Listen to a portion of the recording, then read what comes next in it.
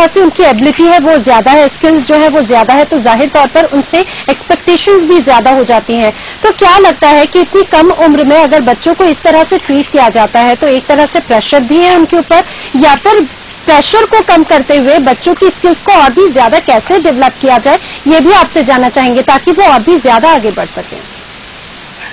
बिल्कुल, देखिए, अगर मेंटली वो बेटर डेवलप हैं, उनके हम उम्र के बच्चों से उनके जो है इंटेलिजेंस कोशेंट है वो ज्यादा है, तो नेचुरली जैसे मैंने पहले भी कहा कि वो बच्चे अपने उम्र से ज्यादा परफॉर्म करने में सक्षम है, ठीक है ना। तो सक्षमता तो उनमें है, लेकिन बात यह है कि उन बच्चों को अगर हम जैसे 3 क्लास ऊपर भेज देते हैं, ठीक है, तो क्या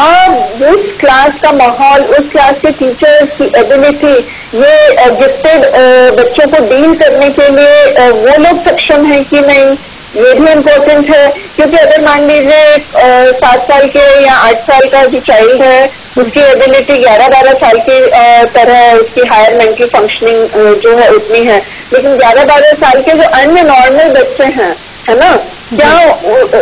उनको वैसा परिवेश दे पाएंगे, क्योंकि ये तो छोटे ही हैं,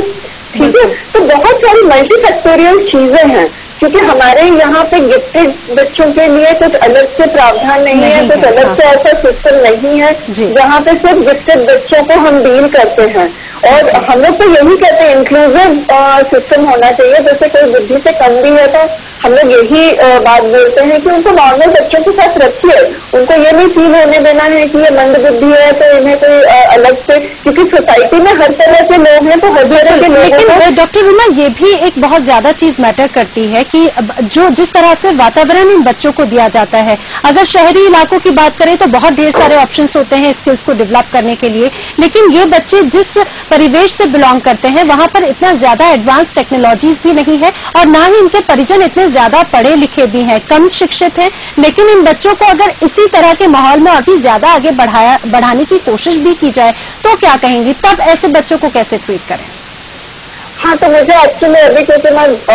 जस्ट जुड़ी ही हूँ आपके प्रोग्राम पे फोन से, तो मुझे अभी कुछ बैकग्राउंड इन बच्चों का नहीं पता है कि वो किस परिवेश से हैं, किस माहौल से हैं, तो मैं इसमें ज्यादा कमेंट करने मतलब के लिए अभी मुझे, क्योंकि बाकी चीजें का बैकग्राउंड कुछ भी नहीं पता है। लेकिन जो मैं ये कह रही हूँ कि ये जो स्पेशल किड्स होते हैं, जो गिफ्टेड किड्स होते हैं, जो ब्रिलियंट होते हैं, सुपर इंटेलिजेंट जिनको हम लोग कहते हैं, है ना, तो ये सुपर इंटेलिजेंट किड्स की बुद्धि तो ज्यादा है, सब है, लेकिन कई बार ये होता है कि बहुत इम्पोर्टेंट होता है इमोशनल कोशेंट भी, है ना, जिसे EQ कहा जाता है। जिंदगी में IQ इतना महत्वपूर्ण, मतलब IQ तो महत्वपूर्ण होता ही है, लेकिन जिंदगी जीने के लिए आपका EQ